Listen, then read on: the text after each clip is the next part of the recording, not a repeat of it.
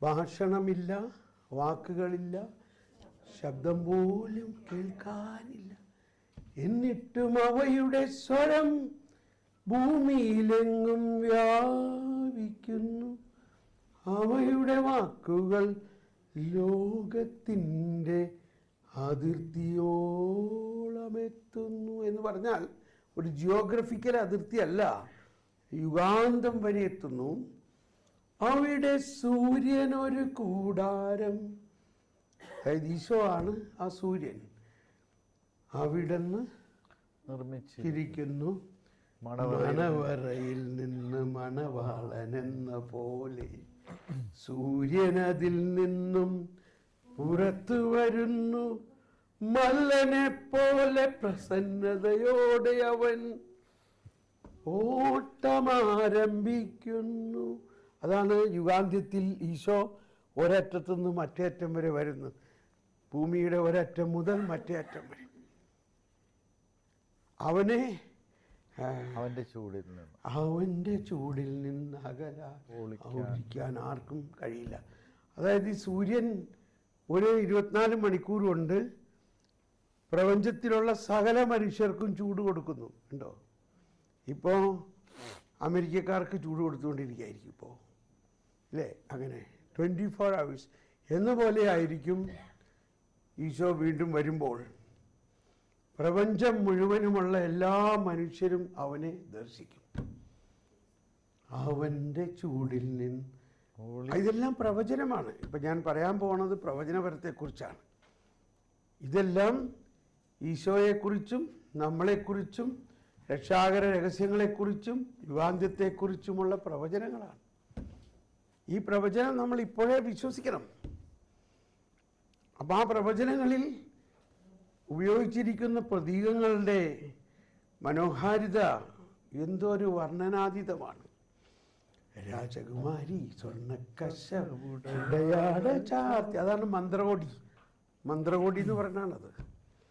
രാജകുമാരി എന്ന് പറഞ്ഞാൽ നമ്മളാണ്, രാജാവിൻ്റെ മണവാട്ടിമാരാണ് നമ്മൾ. രാജകുമാരി സ്വർണ്ണക്കശടയാട ചാർത്തി അന്തഃപുരത്തിൽ ഇരിക്കുന്നു. വർണ്ണശബളമായ അങ്കിയണിച്ചവളെ രാജസന്നിധിയിലേക്ക് ആനയിക്കുന്നു. എന്തോ ഒരു ആനന്ദകരമായ അവസ്ഥയാണ്. നമ്മുടെ രാജാവ് നമ്മളെ രാജകുമാരിയെ പോലെ രാജസന്നിധിയിലേക്ക് ആനയിക്കുന്നു. ഇത് വിശ്വസിക്കുമ്പോഴല്ലേ പ്രീതി കലർന്ന യുഗാന്ത്യത്തിൽ സ്വർഗീയോസ്ലേം നഗരത്തിൽ മാലാഖമാരുത്തുവലം ഗമ്നങ്ങൾ. ഇതാണത്.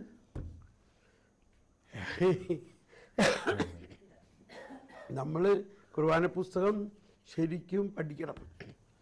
അപ്പം എനിക്ക് പറ്റിയൊരു അബദ്ധം ഞാൻ പറയുന്നുണ്ട്. ആ അവസാന ഭാഗമാകുമ്പോൾ നമ്മൾ പുസ്തകം അടച്ചു വെക്കും. അപ്പം ഞാൻ കുറേ നാൾ കേട്ടിരുന്നത് ഭീതി കലർന്ന യുഗാന്ത്യത്തിൽ നിന്നാണ്. ബൈ ചാൻസ് ഒരിക്കൽ അതെടുത്ത് നോക്കിയപ്പോഴോ ഇത് ഭീതിയല്ല. ഇതാണ് ഇത്രയും വരെ നമ്മളെ മാനിപ്പുലേറ്റ് ചെയ്യാൻ സാധിക്കും ശബ്ദത്തിൻ്റെ. അപ്പോഴാണ് നോക്കിയുടെ ഭീതിയല്ല, പ്രീതി കലർന്ന യുഗാന്ത്യത്തിൽ. നമ്മൾ ഈ യുഗാന്ത്യത്തെക്കുറിച്ചൊരു ഭീതിയോടെ ചിന്തിച്ചിരിക്കുന്ന ഒരാശയമാണ് നമ്മുടെ അകത്ത് കിടക്കുന്നത്, എ സെറ്റ് ഓഫ് മൈൻഡ്. അതുകൊണ്ട് ആ കേൾക്കണത് അതുപോലെ അങ്ങ് ചിന്തിച്ചു പോവുകയാണ്.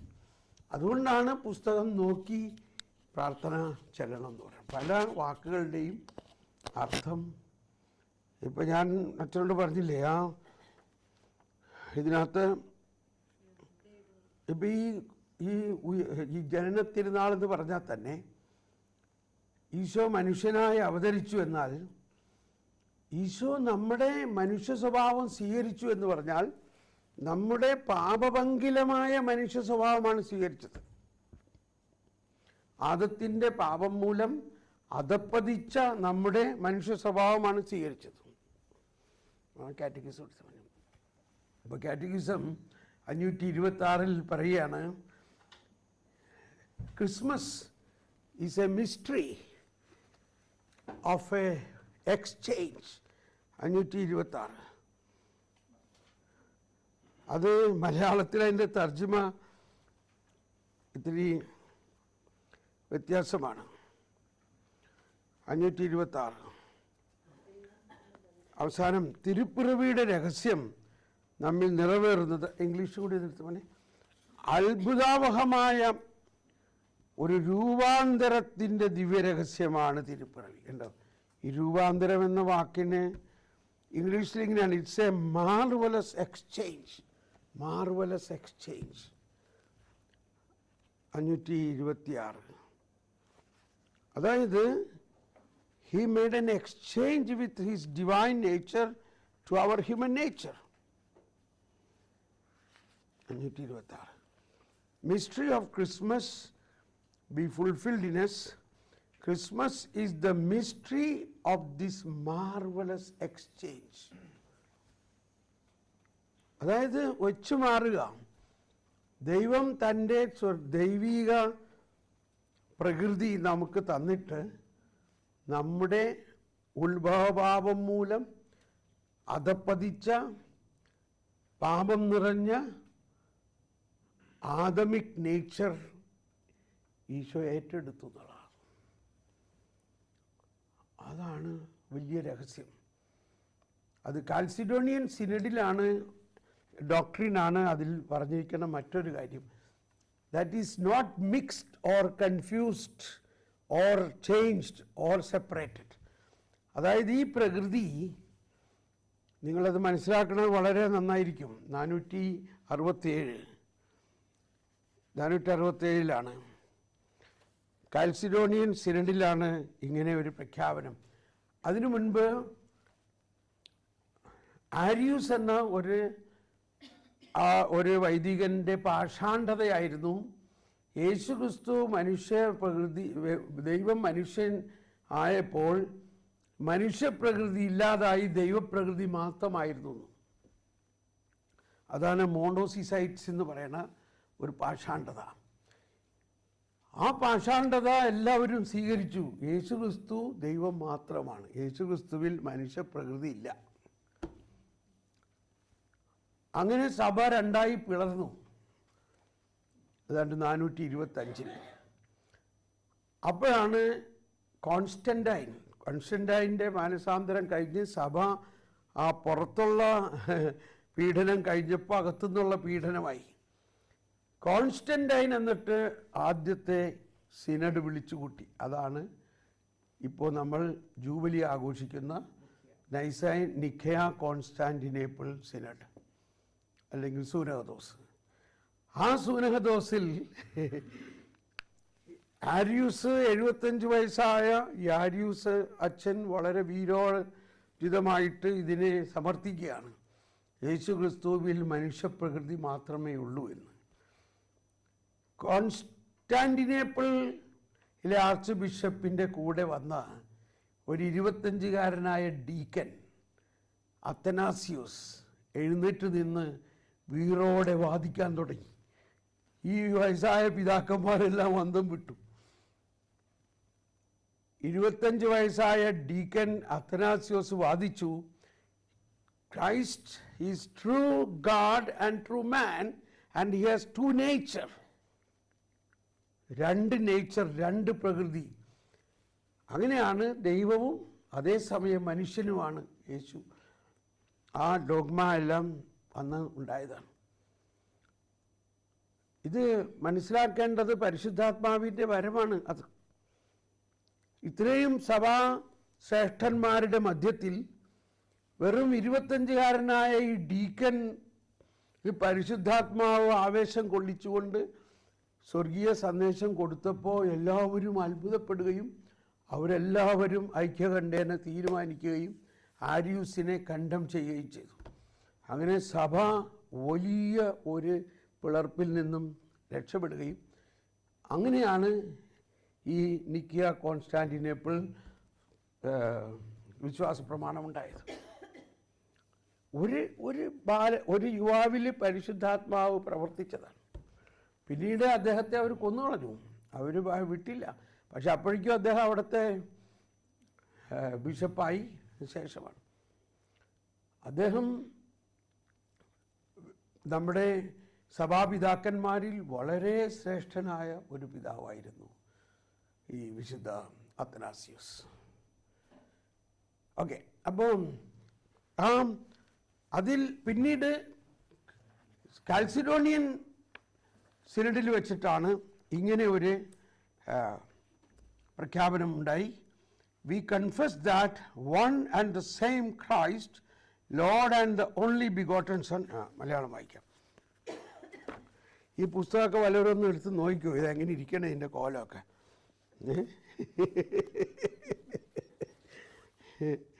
427, 467. ഇത് കഷ്ണം കഷ്ണമായി. കർത്താവും ഏകജാതനുമായ ഒരേ ഒരു ക്രിസ്തു അന്യോന്യ മിശ്രണമോ പരിവർത്തനമോ വിഭജനമോ വിയോഗമോ ഇല്ലാത്ത രണ്ട് പ്രകൃതികളോട് കൂടിയവനാണെന്ന് അംഗീകരിക്കപ്പെടണമെന്ന് ഞങ്ങൾ ഏറ്റുപറയുന്നു. ശ്രദ്ധിക്കണേ, ദൈവ മനുഷ്യ പ്രകൃതികളുടെ സംയോഗം മൂലം പ്രകൃതികൾക്ക് തമ്മിലുള്ള വ്യത്യാസം നഷ്ടമായില്ല. മറിച്ച് ഏക വ്യക്തിയിലും ഏക ഉപസ്ഥിതിയിലും പ്രകൃതികൾ ഒരുമിച്ച് ചേരുമ്പോഴും ഓരോ പ്രകൃതിയും അതതിൻ്റേതായ സവിശേഷത നിലനിർത്തുന്നു. ഇതെങ്ങനെ മനസ്സിലാക്കുന്നത്? രണ്ട് പ്രകൃതിയാണ്, എന്നാൽ അവർ ഒന്നിച്ചു ചേരുന്നു. ഈ രണ്ട് പ്രകൃതിയും തമ്മിൽ ഒന്നിച്ചു. എന്നാൽ ഒന്നിച്ചെങ്കിലും അന്യോന്യ മിശ്രണമോ, they are not confused, they are not fused, പരിവർത്തനമോ വിഭജനമോ വിയോഗമോ സെപ്പറേഷനോ ഇല്ലാത്ത രണ്ട് പ്രകൃതികളോട് കൂടിയവനാണെന്ന് അംഗീകരിക്കപ്പെടണമെന്ന് ഞങ്ങൾ ഏറ്റുപറയുന്നു. കഴിഞ്ഞ ക്രിസ്മസിന് എന്നെ അയർലൻഡിലെ നോക്ക് എന്ന് പറയുന്ന സ്ഥലത്ത്, മാതാവ് പ്രത്യക്ഷപ്പെട്ട സ്ഥലത്ത് എന്നോട് പറഞ്ഞ് അവിടെ താമസിച്ച് നീ പ്രാർത്ഥിക്കണം എന്ന് പറഞ്ഞു. മാതാവിൻ്റെ ആ അപ്പറേഷൻ ചാപ്പലിൽ. അവിടെ വെച്ച് എനിക്ക് ഇതിൻ്റെ അർത്ഥം മനസ്സിലായി. ഞാനത് പറഞ്ഞു തരട്ടെ? ഇത് നമുക്ക് വളരെ എളുപ്പം മനസ്സിലാവും. അതാണ് എൻ്റെ രസം. അത് മനസ്സിലായത് ഇങ്ങനെയാണ്. ഒരു ഭയങ്കര വെളിപാടായിരുന്നു അത്. ഇത് മനസ്സിലാക്കാൻ എളുപ്പം എന്നെ മനസ്സിലാക്കി തന്നത് ഭാര്യാഭർത്തൃ ബന്ധം പോലെയാണ്. ഇപ്പോൾ ഭാര്യയും ഭർത്താവും നമ്മളൊക്കെ വിവാഹിതരാണ്. നമ്മൾ ഭാര്യയും ഭർത്താവും ഒന്നാണ്, ഒരു ശരീരമാണെന്നല്ലേ ഈശോ പറയുന്നത്. ഒന്നാണ്. നമ്മുടെ ഒന്നിക്കലിലൂടെ നമ്മൾക്ക് കുട്ടികളുണ്ടാവുന്നു. നമ്മൾ ഒരു ശരീരമാണെന്ന് ഈശോ പറയുന്നു. ഒരു ശരീരമാണ്. എന്നാൽ നമ്മളിൽ ഉള്ള പ്രകൃതി രണ്ടാണ്, ഇല്ലേ? നമ്മളിലുള്ള പുരുഷ പ്രകൃതി സ്ത്രീ പ്രകൃതി രണ്ടാണ്. ഇത് തമ്മിൽ ഇത് അപ്ലൈ ചെയ്തോ? ഇത് തമ്മിൽ മിശ്രണമുണ്ടോ? ഈ രണ്ട് പ്രകൃതിയും തമ്മിൽ മിശ്രണമുണ്ടോ? ഇല്ല. നമ്മൾ പുരുഷൻ പുരുഷൻ, സ്ത്രീ സ്ത്രീ. അതായത് ഈ രണ്ട് പ്രകൃതിയിലുമുള്ള വ്യതിരിക്തത നിലനിർത്തിയിരിക്കുന്നു. പക്ഷേ എന്നാൽ നമ്മളൊന്നാണ്. അതുപോലെയാണ് ഈശോയിലുള്ള ദൈവപ്രകൃതിയും മനുഷ്യപ്രകൃതിയും. അപ്പോൾ മനുഷ്യപ്രകൃതി സഭ മുഴുവനുമാണ്. അതാണ് സഭ മണവാട്ടിയാണ്. ഈശോ ശിരസാണ് മണവാളരെന്ന് പറയുന്നത്. എന്നാൽ നമ്മുടെ പ്രകൃതി തമ്മിൽ വിഭജനമുണ്ടോ? വിവാഹമുണ്ടോ? സെപ്പറേറ്റ് ചെയ്യാൻ പറ്റുമോ? നമ്മൾ we cannot separate. We are married. അപ്പോൾ അവിടെ പറഞ്ഞിരിക്കുന്ന ഭാഷ ഇതാണ്: ദൈവ മനുഷ്യ പ്രകൃതികളുടെ സംയോഗം മൂലം പ്രകൃതികൾക്ക് തമ്മിലുള്ള വ്യത്യാസം നഷ്ടമായിട്ടില്ല. മറിച്ച് ഏക വ്യക്തിയിലും ഏക ഉപസ്ഥിതിയിലും ഹൈപ്പോസ്റ്റാസിസ്, പ്രകൃതികൾ ഒരുമിച്ച് ചേരുമ്പോഴും ഓരോ പ്രകൃതിയിലും അതതിൻ്റേതായ സവിശേഷത നിലനിൽക്കുന്നു. ദൈവവും മനുഷ്യനുമാം മിശിഹാനാഥനെ വാഴ്ത്തുന്നു. അപ്പോൾ യേശുക്രിസ്തുവിൽ വിശ്വസിക്കുന്നു എന്നൊക്കെ നമ്മൾ പറഞ്ഞാലും, ഞാനിത് ഒരാശയം എടുത്ത ഈ ഭാഗം മുഴുവനും പഠിക്കുമ്പോൾ നമുക്ക് മനസ്സിലാകും, യേശുക്രിസ്തുവിൽ രണ്ട് പ്രകൃതിയുണ്ട്, രണ്ട് സ്വഭാവമുണ്ട്, രണ്ട് തരത്തിൽ ഈശോന് ചിന്തിക്കാം. ഈശോയുടെ മനുഷ്യപ്രകൃതിയിൽ ചിന്തിക്കുന്നു, ദൈവപ്രകൃതിയിൽ ചിന്തിക്കുന്നു. ഓക്കെ, അപ്പോൾ ഇത് ഞാൻ പറഞ്ഞതിൻ്റെ പ്രധാന ഉദ്ദേശം, ഈ ക്രിസ്മസ് കാലഘട്ടത്തിൽ നമ്മൾ എൻ്റെ ഉണ്ണീശോയുടെ ഇതവിടെ ഇരിക്കുന്നു. ഈ ഉണ്ണീശോനെ പുൽക്കൂട്ടിൽ നിന്ന് നമ്മൾ മാറ്റരുത്. ഈ പുൽത്തൊഴുത്തൊക്കെ മാറ്റിക്കോ, പക്ഷേ ഉണ്ണീശോനെ നമ്മുടെ വീട്ടിൽ വെക്കണം എന്നാണ് എൻ്റെ വിനീതമായ അഭ്യർത്ഥന. ഞാനിത് എപ്പോഴും കൊണ്ടു നടക്കാണ്. അപ്പോൾ ഈ പിള്ളക്കച്ചകളിൽ പൊതിഞ്ഞ് ഉണ്ട, ഇങ്ങനെ വലിച്ച് പൊതിഞ്ഞ്, ഇങ്ങനെ വലിച്ച് പൊതിഞ്ഞ് ഇതിനെ പൊതിഞ്ഞ് കെട്ടിയിരിക്കുകയായിരുന്നു. അപ്പോൾ ഇതിനെക്കുറിച്ചൊക്കെ വലിയ ദൈവശാസ്ത്രപരമായിട്ടുള്ള ഇതുണ്ട്. ഒരു പ്രധാന കാര്യം, ഈ പൊതിയൽ സഭാപിതാക്കന്മാരുടെ വ്യാഖ്യാനം വിശുദ്ധ ബെനഡിക്ട് പിതാവിൻ്റെ ജീസസ് ഓഫ് നസറത്ത് എന്നുള്ള പുസ്തകത്തിൽ ബാല്യകാലത്തെക്കുറിച്ച് പറയുന്നുണ്ട്. ഈ കുഞ്ഞിനെ ഇപ്പം നിങ്ങൾക്കൊക്കെ അറിയാമല്ലോ, കൈക്കുഞ്ഞിനെ എടുത്തിട്ട് എങ്ങനെയാണ് നിങ്ങൾ പൊതിഞ്ഞിരുന്നല്ലേ. പ്രത്യേകിച്ച് തണുപ്പ് കാലത്ത് ഇങ്ങനെ വലിച്ച് പൊതിയുമായിട്ട് നമ്മൾ വലിച്ച് പൊതിഞ്ഞ് മുഴുവനങ്ങ് ടൈറ്റാക്കി പൊതിയും. ഇത് ഈശോയുടെ ഈ കച്ചയിൽ പൊതിയുന്നത് ഈശോയുടെ മൃതസംസ്കാരത്തിൻ്റെ ഒരു സൂചനയായിരുന്നു. ഈശോ മരിച്ചു കഴിഞ്ഞ് അടക്കുന്ന സമയത്ത് എങ്ങനെ ആയിരിക്കുമോ അതുപോലെയായിരുന്നു ഈശോനെ പൊതിഞ്ഞിരുന്നതെന്നാണ് പറയുന്നത്. അതായത് ഈശോ ജനിച്ചത് മരിക്കാനും ഉയർക്കാനും വേണ്ടിയാണ്. അപ്പോൾ ഇതെല്ലാം ഇതിൽ സൂചനകളുണ്ട്.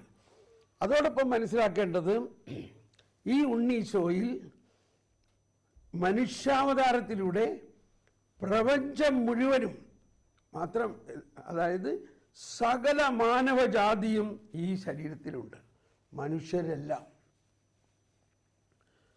ഇത് മനസ്സിലാക്കുമ്പോഴാണ് നമുക്ക് സുവിശേഷവൽക്കരിക്കാനുള്ള ആ യഥാർത്ഥ ജ്വലനം ഉണ്ടാകുന്നത്. നമ്മൾ ഹിന്ദു ആണെന്നും മുസ്ലിം ആണെന്നും സിഖ്, പഞ്ചാബി, പാഴ്സി ആണെന്നും പറയുന്ന അവരെല്ലാവരും വാസ്തവത്തിൽ ഈശോയുടെ മനുഷ്യ ശരീരത്തിൽ ഉണ്ട്, മനുഷ്യാവതാരത്തിലൂടെ. അവരുടെ പാപ അവസ്ഥയോട് കൂടെ 432 ഒരുപാട് സ്ഥലത്ത് അതിനെക്കുറിച്ച് പറയുന്നുണ്ട്. 432 പറയുന്നുണ്ട്, പാപത്തിൽ നിന്ന് മനുഷ്യർക്ക് സാർവലൗകികവും പരമവുമായ മോചനം നൽകാൻ അവതരിച്ച ദൈവപുത്രൻ്റെ വ്യക്തിത്വത്തിൽ തന്നെ അന്തർഭവിച്ചിരിക്കുന്ന ദൈവനാമമാണ് യേശു എന്ന നാമം സൂചിപ്പിക്കുന്നത്. രക്ഷ പ്രദാനം ചെയ്യുന്നത് യേശു എന്ന ദിവ്യനാമം മാത്രമാണ്. നീ കേട്ടോ, എല്ലാ മനുഷ്യർക്കും തിരുനാമം വിളിച്ച് അപേക്ഷിക്കാം. കാരണം മനുഷ്യാവതാരത്തിലൂടെ യേശു തന്നെ സർവ മനുഷ്യരുമായി ഐക്യപ്പെടുത്തിയിരിക്കുന്നു. ഇനി വേറെ ഒരുപാട് ഭാഗമുണ്ട്. അതായത് through incarnation he assumed the whole humanity in him. ഇത് വിശ്വസിക്കണം. അപ്പോൾ അതിൽ തന്നെയാണ് ഒന്നാമത്തെ വചനം, ആദിയിൽ വചനമുണ്ടായി, വചനം ദൈവത്തോടു കൂടിയായിരുന്നു, വചനം ദൈവമായിരുന്നു, സകലതും അവനിലൂടെ ഉണ്ടായി, അവനെ കൂടാതെ ഒന്നും ഉണ്ടായിട്ടില്ല. അതായത് ഈ ലോകത്തിലുള്ള സകല മനുഷ്യരും യേശുവാകുന്ന ഈ വചനത്തിലൂടെയാണ് സൃഷ്ടിക്കപ്പെട്ടിരിക്കുന്നത്. ഇത് ഞാൻ പറയുന്നതിന് 2-3 കാരണമുണ്ട്. ഒന്ന്, വിശ്വസിക്കുന്നവന് ഈ അടയാളമുണ്ട്. അപ്പോൾ ഒരാൾ എന്നോട് ചോദിച്ചു, ബ്രദറെ ഞാൻ എത്ര പ്രാർത്ഥിച്ചിട്ടും ഒരു രോഗശാന്തി വരണില്ലല്ലോ, എനിക്ക് നല്ല വിശ്വാസമുണ്ട്. ഞാൻ പറഞ്ഞു, നിനക്ക് നല്ല വിശ്വാസമുണ്ടെന്ന് പറഞ്ഞു കഴിഞ്ഞാൽ എന്താ നീ വിശ്വസിക്കണേ? എന്താണെന്ന് പറഞ്ഞു കഴിഞ്ഞാൽ ഞാൻ വിശ്വാസ പ്രമാണം മുഴുവൻ വിശ്വസിക്കുന്നുണ്ട്. അപ്പോൾ ഞാനൊരു ചോദ്യം ചോദിക്കാം. പിശാചും ദൈവാത്മാവും അശുദ്ധാത്മാവും തമ്മിലുള്ള വ്യത്യാസം എന്താ? അത് രണ്ടും ആത്മാവല്ലേ, അപ്പം ഏതാണ്ട് ഒരുപോലെയാ. കണ്ടോ എന്താ വ്യത്യാസം? അശുദ്ധാത്മാവും ദൈവാത്മാവും തമ്മിലുള്ള വ്യത്യാസം എന്താ? അശുദ്ധാത്മാവ് എന്താകുന്നു? എന്താണ് അശുദ്ധാത്മാവ്? 395 അശുദ്ധാത്മാവ് ദൈവത്തിൻ്റെ ഒരു സൃഷ്ടിയാവുന്നു. അശുദ്ധാത്മാവ് ഒരു സൃഷ്ടിയാവുന്നു, ദൈവമോ സൃഷ്ടാവും. കണ്ടോ 395 ഞാൻ തുറന്നപ്പോൾ തന്നെ അത് കിട്ടി. എങ്കിലും പിശാചിൻ്റെ ശക്തി അനന്തമല്ല. ഞാനൊരു സംരക്ഷണ പ്രാർത്ഥന എടുക്കാറില്ല. കാരണം എൻ്റെ ഉള്ളിൽ ആരുണ്ട്? എൻ്റെ ഉള്ളിൽ രാജാതിരാജനായ സർവാധിപനായ കർത്താവുണ്ട്.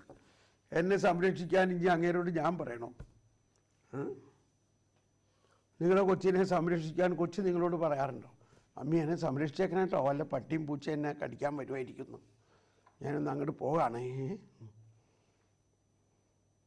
അപ്പം നമ്മൾ എന്തോയൊക്കെ എവിടെയോ കേട്ട കുറേ പ്രാർത്ഥനകൾ ഇങ്ങനെ ഉരുവിട്ടുകൊണ്ടിരിക്കുകയാണ്.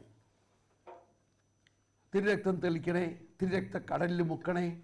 എന്തർത്ഥത്തില തിരുരക്തം തെളിക്കാൻ വേണ്ടി നമ്മൾക്ക് തന്നിട്ടുണ്ടോ? ഈശോ എന്ത് പറഞ്ഞുകൊണ്ടാണ് തിരുരക്തം തന്നത്? ഇത് നിത്യജീവന് വേണ്ടി നൽകുന്ന എൻ്റെ ഉടമ്പടിയുടെ രക്തമാണ്, ഇത് നിങ്ങൾ പാനം ചെയ്യും. അപ്പോൾ അതിൻ്റെ കോണ്ടെക്സ്റ്റ് ഇതാണ്. പഴയ നിയമത്തിൽ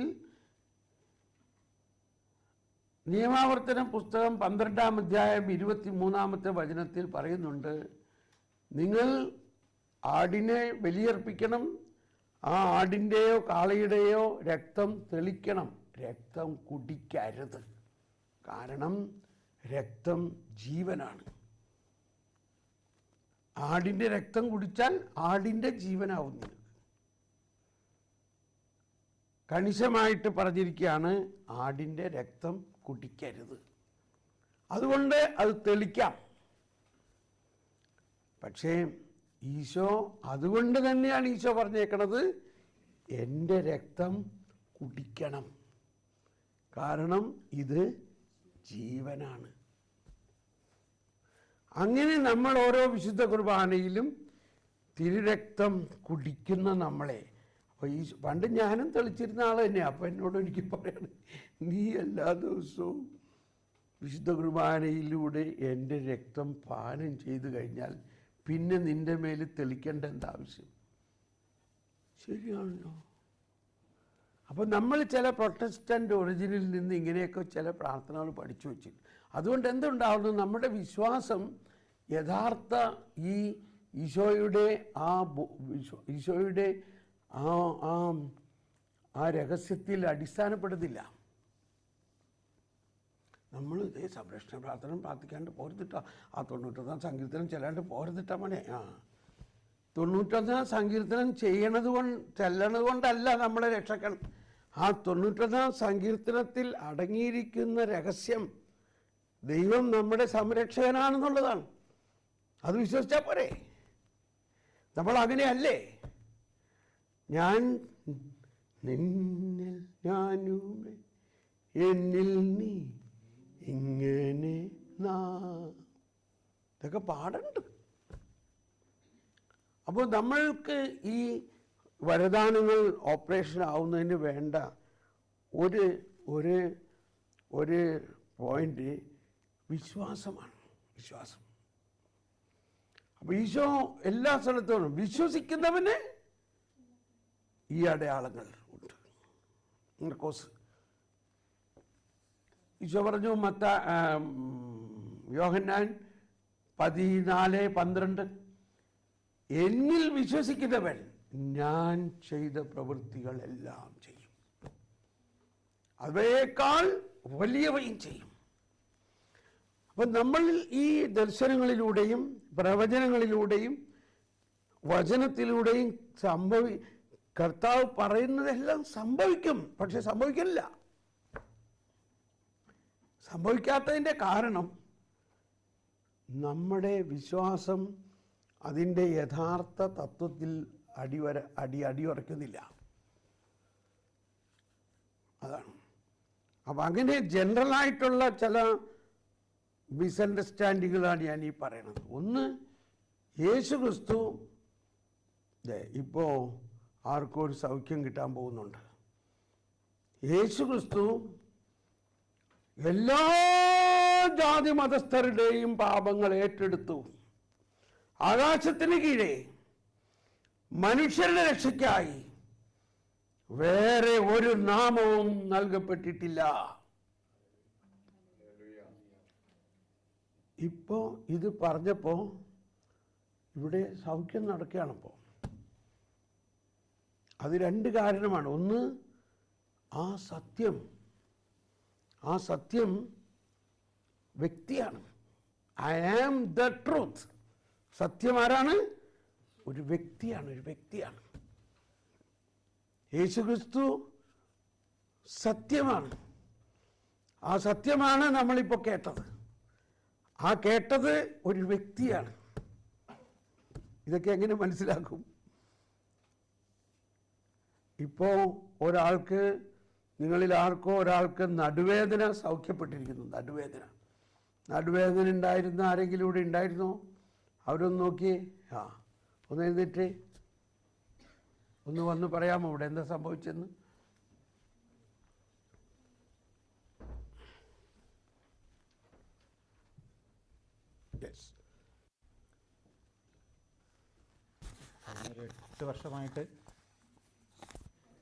കഴിഞ്ഞ 8 വർഷമായിട്ട് എനിക്ക് പതിവായി തന്നെ നടുവേദന ഉണ്ടായിരുന്നു. പലപ്പോഴും എൻ്റെ അക്കാഡമിക് കാര്യങ്ങളെ തന്നെ അത് ബാധിച്ചിരുന്നു. 2 തവണ ട്രീറ്റ്മെൻറ്റിൽ ആയുർവേദ ട്രീറ്റ്മെൻറ്റ് ചെയ്തു. ഇപ്പോൾ ലാസ്റ്റ് ഈ ഓണ അവധി സമയത്ത് ഒരു 9 ദിവസത്തെ ട്രീറ്റ്മെൻറ്റ് കഴിഞ്ഞ് പതിയെ ഇമ്പ്രൂവായി വരുന്നേ ഉണ്ടായിരുന്നുള്ളൂ. പക്ഷേ എനിക്ക് ധ്യാനത്തിൽ ഇപ്പോൾ എനിക്ക് പ്രത്യേകിച്ചൊന്നും ഫീൽ തോന്നിയില്ല. പക്ഷേ എനിക്കിവിടെ വന്ന് ഇരിക്കാനുള്ള ഒരു കോൺഫിഡൻസ് തന്നത് എനിക്കിത് കുറയുന്നു എന്നുള്ള ബോധ്യം നമ്മുടെ ഈ ക്യാരിസം റിട്രീറ്റ് അനൗൺസ് ചെയ്തപ്പോൾ തന്നെ തോന്നിയിരുന്നു. അല്ലെങ്കിൽ എനിക്ക് ഇത്രയും സമയം ഇരിക്കാൻ പറ്റില്ലായിരുന്നു. പലപ്പോഴും ഞാൻ എഴുന്നേറ്റ് തിരിയുക അങ്ങനെയൊക്കെ ഉണ്ടായിരുന്നു.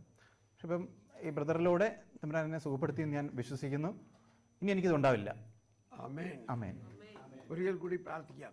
യേശുവിന്റെ നാമത്തിൽ, in the name of Jesus, B healed. അപ്പോൾ ഈ വചനം ഒന്ന് ഏറ്റുപറയാം. ആകാശത്തിന് കീഴെ മനുഷ്യരുടെ രക്ഷയ്ക്കായി വേറെ ഒരു നാമവും നൽകപ്പെട്ടിട്ടില്ല, യേശു നാമമല്ലാതെ. Praise the lord. Thank you. അപ്പോൾ ഇവിടെ 2 കാര്യം നടക്കുകയാണ്. ഒന്ന്, മർക്കോസിന്റെ സുവിശേഷത്തിന്റെ അവസാന വചനം ഇതാണ്: അവർ ലോകമെല്ലാം പോയി സുവിശേഷം പ്രഘോഷിച്ചു. കർത്താവ് അവരോടൊപ്പം പ്രവർത്തിക്കുകയും അടയാളങ്ങളിലൂടെ അവരുടെ വചനത്തെ സ്ഥിരീകരിച്ചു എന്നുള്ളതാണ്. കണ്ടോ? അപ്പോൾ നമ്മൾ വചനം പ്രഘോഷിക്കുമ്പോൾ നമ്മളുടെ വിശ്വാസം ശക്തമാണെങ്കിൽ, ആ പറയുന്ന വചനത്തിലുള്ള വിശ്വാസം ശക്തമാണെങ്കിൽ, അത് കർത്താവ് അവിടെ ഡെമോൺസ്ട്രേറ്റ് ചെയ്യുകയാണ്. വേറൊരാൾക്ക് കൂടി സൗഖ്യം കിട്ടുന്നുണ്ട്. അപ്പോൾ ഇതാണ് വേറൊരു ഈ സന്ദേശം എന്ന് പറയുന്നത്, അതായത് വേർഡ് ഓഫ് നോളജ്. ഇപ്പം എനിക്കതെങ്ങനെ മനസ്സിലാവണു? അത് ഒരു വേർഡ് ഓഫ് നോളജാണത്. ഒന്ന്, എനിക്കെൻ്റെ ബോഡിയിലൊരു ഫീല് വരും.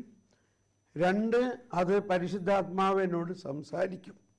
നിങ്ങൾ കിട്ടിയ മാതിരി വേർഡ് ഓഫ് നോളജ്. അപ്പോൾ നിങ്ങൾ സുവിശേഷം പറയുമ്പോഴും ശ്രദ്ധിക്കണം. ഇച്ചിരി വെള്ളം എടുത്ത്.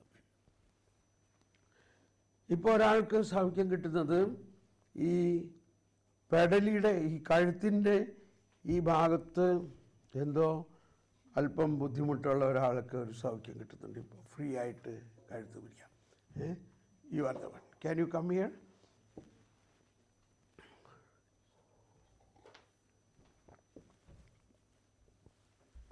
Yeah. Praise God. Praise the Lord. ഒരു മിനിറ്റ്. Please clip this. ഞാൻ സീറ്റ് മാറിയിരുന്നത് തന്നെ എനിക്ക് കഴുത്ത് വേദന എടുത്തുകൊണ്ട് ഇപ്പം എനിക്ക് വേദനയില്ല.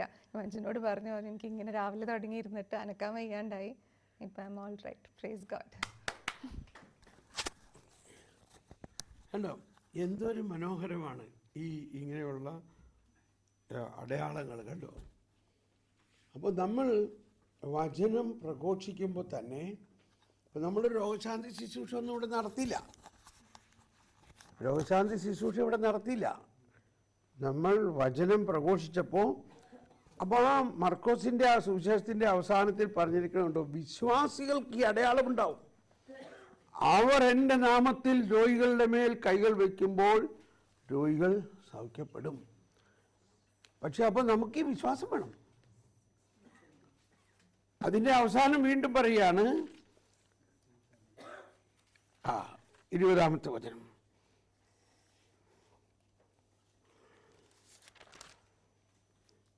അവർ എല്ലായിടത്തും പോയി പ്രസംഗിച്ചു.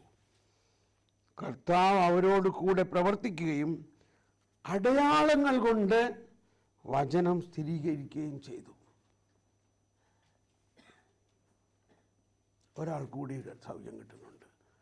ഒരാൾക്ക് തോളിൽ ഷോൾഡർ പെയിൻ, ആർക്കോ ഷോൾഡറിന് വേദന ഉണ്ടായിരുന്നു, ഷോൾഡർ പെയിൻ മാറുന്നുണ്ട്. Shoulder pain.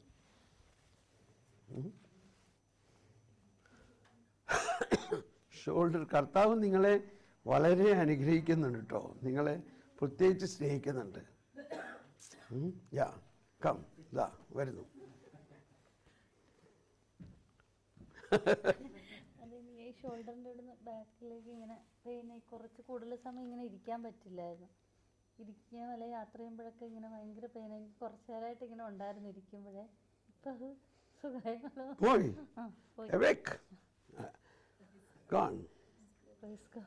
Praise the Lord. See, ഇതൊരു വലിയ സ്വീറ്റ് എക്സ്പീരിയൻസ് ആണ്. ഈ എക്സ്പീരിയൻസ് നിങ്ങൾക്കൊന്ന് ഉണ്ടാകുമ്പോഴത് അറിയാം. നമ്മളിലെ ഒരു വേദന മാറുന്നത് ശരിക്കും ഒരു സ്പർശനമാണ്.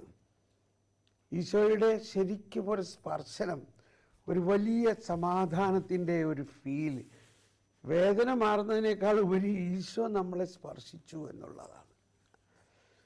എനിവേ, അപ്പം ഇതിൻ്റെ അടിസ്ഥാന ഘടകമാണ് യേശു ക്രിസ്തുവിനെ കുറിച്ചുള്ള അറിവ്. യേശു ക്രിസ്തുവിനെ കുറിച്ചുള്ള ഏറ്റവും പ്രധാന അറിവിൽ ഒരു ഭാഗം ഇതാണ്: യേശു മനുഷ്യാവതാരത്തിലൂടെ സകല മനുഷ്യരെയും തൻ്റെ ശരീരത്തിൽ സ്വീകരിച്ചു. യേശുവിനൊരു പക്ഷപാതവുമില്ല. അപ്പോൾ നമ്മൾ ഈ സുവിശേഷത്തിൽ കാണുന്ന രോഗശാന്തിയെല്ലാം അവിടെ ആരും ക്രിസ്ത്യാനികൾ ഉണ്ടായിരുന്നില്ല. ഈ ഗലീലി എന്ന് പറയുന്നത് മഹാ അധപ്പതിച്ച മനുഷ്യർ താമസിക്കുന്ന സ്ഥലമായിരുന്നു. വിജാതീയരും ചില ഭാഗത്ത് യഹൂദരുണ്ടായിരുന്നു. ഒരു മനുഷ്യൻ അവിടെ പോകുകയില്ല. അതാണ് എന്താണ് വിജാതീയരുടെ ഗലീലി എന്ന് പറയുന്നത്. അതിൻ്റെ ആ ഗ്രാഫ്, അതിൻ്റെ ആ പിക്ചറൊക്കെ നിങ്ങളുടെ മനസ്സിലുണ്ടായിരിക്കണം. ആ ഗലീലി തടാകത്തിൻ്റെ ഈ ഇടതുവശത്ത് കുറച്ചങ്ങോട്ട് പോകുമ്പോൾ സമുദ്രം ആണ് അവിടെ. ആ സമുദ്രത്തിലേക്ക് വഴിയിലുള്ള ഭാഗത്തൊക്കെ മഹാ തല്ലിപ്പൊളി ആളുകളുടെ സ്ഥലമാണ്. അവിടെയാണ് ഈശോ പോയിട്ട് ശുശ്രൂഷ ആരംഭിക്കുന്നത്. അപ്പോൾ അവിടെ യോഹന്നാൻ്റെ മത്തായി 4:23 പറയാണ്, അവൻ യഹൂദരുടെ സിനഗോഗുകളിൽ പഠിപ്പിച്ചും ഗലീലയിലെ ഓരോ ഗ്രാമങ്ങളിലും ചുറ്റി നടന്ന് സകല രോഗികളെയും സുഖപ്പെടുത്തി. സകല രോഗികളെയും, സകല രോഗങ്ങളും സുഖപ്പെടുത്തി. അപ്പോൾ അവിടെ നമ്മൾ മനസ്സിലാക്കണം, ഒറ്റ ക്രിസ്ത്യാനി അവിടെ ഇല്ല. ഒറ്റ ആളും കുമ്പസാരിച്ചവരോ മാമോദിസ സ്വീകരിച്ചവരോ പാപമോചനം കിട്ടിയവരോ അല്ല. മനസ്സിലായി? നമ്മൾ വിചാരിക്കണം ഇവരെയൊക്കെ കുമ്പസാരിച്ച് ഒരുക്കി വന്നാലേ രോഗശാന്തി കിട്ടുള്ളൂ. മനസ്സിലാവുന്നുണ്ടോ? ഇവരാരും ക്രിസ്ത്യാനികളല്ലായിരുന്നു. അപ്പം എന്തുകൊണ്ട് അവർക്കെല്ലാം സൗഖ്യം കിട്ടി? അവരെല്ലാവരും യേശുവിൻ്റെ ശരീരത്തിലുണ്ട്. ഫ്രാൻസിസ് മാർപ്പാപ്പയുടെ പ്രഖ്യാതമായൊരു പ്രസംഗമാണ്. ഇപ്പോൾ മണി എത്രയായി? നമ്മളെപ്പം നിർത്തണം? 10 എനിക്ക് ഭയങ്കര സന്തോഷമാണ് നിങ്ങളോട് സത്യം പറയുകയാണെങ്കിൽ. കേൾക്കാൻ ആളുണ്ടോണ്ടാണ് നിങ്ങളുടെ തീഷ്ണതയും. ഞാൻ അധികം താമസിയാതെ നിർത്താം. നിങ്ങളെ പ്രത്യേകം കർത്താവ് അനുഗ്രഹിച്ചു കൊണ്ടുവന്നേക്കുന്നതാണ്. ആ ദാഹവും വളർച്ചയും കർത്താവിന് നിങ്ങളിലൂടെ ചെയ്യാനുള്ള പദ്ധതികളൊക്കെ ഇതിൻ്റെ പിന്നിലുണ്ട്. ഇതൊന്ന് ശ്രദ്ധിക്കണം. എന്നിട്ട് നമുക്ക് കൺക്ലൂഡ് ചെയ്യാം. പിന്നെ കൺക്ലൂഡ് ചെയ്ത് ഞാൻ പോകും, നിങ്ങളിവിടെ ഇരുന്ന് ഗ്രൂപ്പ് നടത്തും. കാരണം ഇത് വലിയൊരു അവസരമാണ് നിങ്ങൾക്ക് ഒരുമിച്ച് ഇതേമാതിരി കൂടാൻ. മാർപ്പാപ്പയുടെ ഈ പ്രസംഗം കേട്ടിട്ട് ഞാനങ്ങ് കോരിത്തെരിച്ചു പോയിട്ടുണ്ട്. എനിക്ക് ഭയങ്കര റിപ്പൻറ്റൻസ് വന്നു. ഞാനീ ഈശോയുടെയും മലയിലെ പ്രസംഗത്തെ വളരെയധികം പഠിച്ച് വളരെയധികം പ്രസംഗിച്ചിട്ടുള്ളതാണ്. പക്ഷേ മാർപ്പാപ്പ അതിനകത്ത് പറഞ്ഞൊരു വാക്ക് കേട്ടിട്ടേ, മാർപ്പാപ്പ അബുദാബിയിലെ വലിയ ഫുട്ബോൾ ഗ്രൗണ്ടിൽ നടന്ന ലക്ഷക്കണക്കിന് ആളുകൾ വന്ന ആ സമൂഹത്തോടാണ് പറഞ്ഞത്. അവിടെ അധികം പേര് ക്രിസ്ത്യാനികളിലായിരുന്നു, കുറച്ച് പേര്, ബാക്കിയെല്ലാം അന്യരാജ്യക്കാരാണ്. മാർപ്പാപ്പ പറയാണ്, യേശു തൻ്റെ പ്രസംഗം ആരംഭിച്ച് മലയിലെ പ്രസംഗത്തിൽ ആദ്യം പറഞ്ഞത് ഇതാണ്: ബ്ലെസ്സഡ് ആർ യു, നിങ്ങൾ അനുഗ്രഹീതർ. എന്നിട്ട് പറയാണ്, he did not say you will be blessed, he said you are blessed. അതാണ് എന്നെ സ്പർശിച്ചത്. നമ്മളത് ചിന്തിച്ചിട്ടുണ്ടോ? നമ്മൾ blessed are the poor in, blessed blessed blessed. മാർപ്പാപ്പ പറയണേ, he said you are blessed, he did not say you will be blessed. പിന്നെ ഞാൻ അതിനെക്കുറിച്ച് ചിന്തിക്കാൻ തുടങ്ങി, ധ്യാനിക്കാൻ തുടങ്ങി. How could he say you are already blessed? നമ്മൾ വിചാരിച്ചിരിക്കുന്നത് നീ പശ്ചാത്തപിച്ച് പാപമോചനം എല്ലാം കിട്ടിക്കഴിഞ്ഞാലല്ലേ അനുഗ്രഹീതരാവുള്ളൂ, ജ്ഞാനസ്നാനം സ്വീകരിച്ചാലല്ലേ അനുഗ്രഹീതരാവുള്ളൂ. അപ്പോൾ അതിനെനിക്ക് കിട്ടിയ മറുപടി ഇതാണ്: ഈ മലയിലെ പ്രസംഗത്തിൽ മലയിൽ കൂടിയിരിക്കുന്നവർ ആരെങ്കിലും ക്രിസ്ത്യാനിയാണോ? അല്ല, അവർ വേശ്യകളും ചുങ്കക്കാരും പല ആൾക്കാരും ഉണ്ട്. പക്ഷേ അവർ ദൈവത്തെ നേരിട്ട് മുഖാമുഖം കാണുന്നു എന്ന് മാത്രമല്ല, അവരെല്ലാവരും യേശുവിൻ്റെ ശരീരത്തിൽ മനുഷ്യാവതാരത്തിലൂടെ ഉണ്ട്. അതിലൂടെ തന്നെ അവർ അനുഗ്രഹീതരാണ്. Praise the lord. ഇതൊന്ന് നമ്മൾ എടുക്കണം, ഇതങ്ങ് നമ്മൾ സ്വീകരിക്കണം. അതാണ് സുവിശേഷം പ്രസംഗിക്കുക എന്ന് പറയുന്നത്. അതാണ് സുവിശേഷം. നിങ്ങൾ already അനുഗ്രഹീതരാണ്. He did not say you will be blessed, you are. അതാണ് മലയിലെ പ്രസംഗം. നമ്മൾ ശരിക്ക് പഠിക്കണം മലയിലെ പ്രസംഗം. ഈശോ നേരിട്ട് പറഞ്ഞേക്കണ വചനങ്ങളും അതിലടങ്ങിയിരിക്കുന്ന രഹസ്യങ്ങളും നമ്മൾ തന്നെ പരിശുദ്ധാത്മാവിനോട് പ്രാർത്ഥിച്ച് ധ്യാനിക്കണം. അതാണ് സുവിശേഷം. അപ്പോൾ അതാണ് പൗലോസ്ലീഹ പറയുന്നത്, യേശുവിൻ്റെ നിയമം നിങ്ങൾ പൂർത്തിയാക്കണം. നമ്മളിപ്പോഴും 10 പ്രമാണങ്ങളെ നന്നായിട്ട് പഠിപ്പിച്ച് കുമ്പസാരത്തിന് ഒരുക്കണം. ആദ്യ കുമ്പസാരത്തിന് ഇല്ലേ? നിങ്ങൾക്ക് ആദ്യ കുമ്പസാരത്തിന് പിള്ളേരെ ഒരുക്കണവരല്ലേ? എന്താ ഒരുക്കണത്? 10 പ്രമാണം പഠിപ്പിച്ചു. അവിടെ യേശുക്രിസ്തുവിനെ കുറിച്ച് എന്താ പഠിപ്പിക്കണേ? അതിനകത്ത് യേശുക്രിസ്തുവിനെ കുറിച്ച് വല്ല പരാമർശമുണ്ടോ? ഈ യേശുവിൻ്റെ ശരീര രക്തം സ്വീകരിക്കാൻ ഒരുക്കുന്ന കുഞ്ഞിനെ യേശുവിനെ കുറിച്ച് എന്താ പഠിപ്പിക്കണേ? നമ്മൾ ഒന്ന് ആലോചിച്ച് നോക്കി. എന്തോ ഒരു വലിയൊരു ഡൈക്കോട്ടമിയാണ്. 10 പ്രമാണം പഠിപ്പിച്ചാൽ യേശുക്രിസ്തു ആവോ? ഇവിടെയൊക്കെയാണ് ഈ സുനദോസും കറ്റീസും എല്ലാം പഠിപ്പിക്കുന്നത്. യേശുവിനെ കുറിച്ച് പഠിപ്പിക്കണം. അപ്പോൾ എവിടെയാണ് യേശുവിൻ്റെ നിയമം എന്ന് എഴുതിയേക്കണ ഒരു ഭാഗം നിങ്ങൾ പറയാമോ? എവിടെയാ?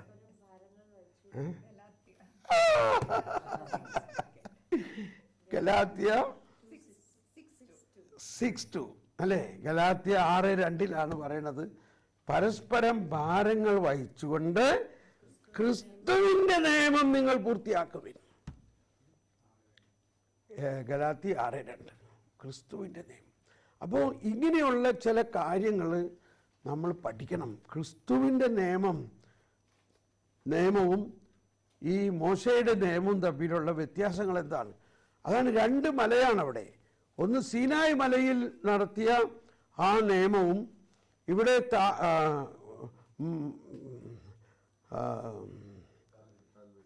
അല്ലല്ല, ഈ മലയിലെ പ്രസംഗം, അത് മല, ആ അർത്ഥത്തിലാണ് അതും ഒരു മലയാണ്. ആ മലയിലെ പ്രസംഗത്തിൽ ഈശോ പുതിയ പ്രമാണങ്ങൾ നൽകുകയാണ്. അപ്പോൾ മലയിലെ പ്രസംഗത്തിൽ നൽകുന്ന സുവിശേഷ ഭാഗ്യങ്ങൾ ഈ 10 പ്രമാണങ്ങൾ പോലെ യേശുവിൻ്റെ നിയമമാണത്. എന്നിട്ട് അതിനെ വിശദീകരിക്കുകയാണ് മറ്റ് അധ്യായങ്ങളിൽ ഈശോ. ഇതിനെ നമ്മൾ മനസ്സിലാക്കണം, യേശുവിൻ്റെ നിയമം. അപ്പം ഈ യേശുവിൻ്റെ നിയമം, യേശുവിൻ്റെ വചനം പറയുമ്പോൾ താനേ രോഗശാന്തി ഉണ്ടാകുകയാണ്. ഫരിസേയരും നിയമജ്ഞരും എന്തോരം പ്രസംഗിച്ചു, വല്ല രോഗശാന്തി ഉണ്ടായോ?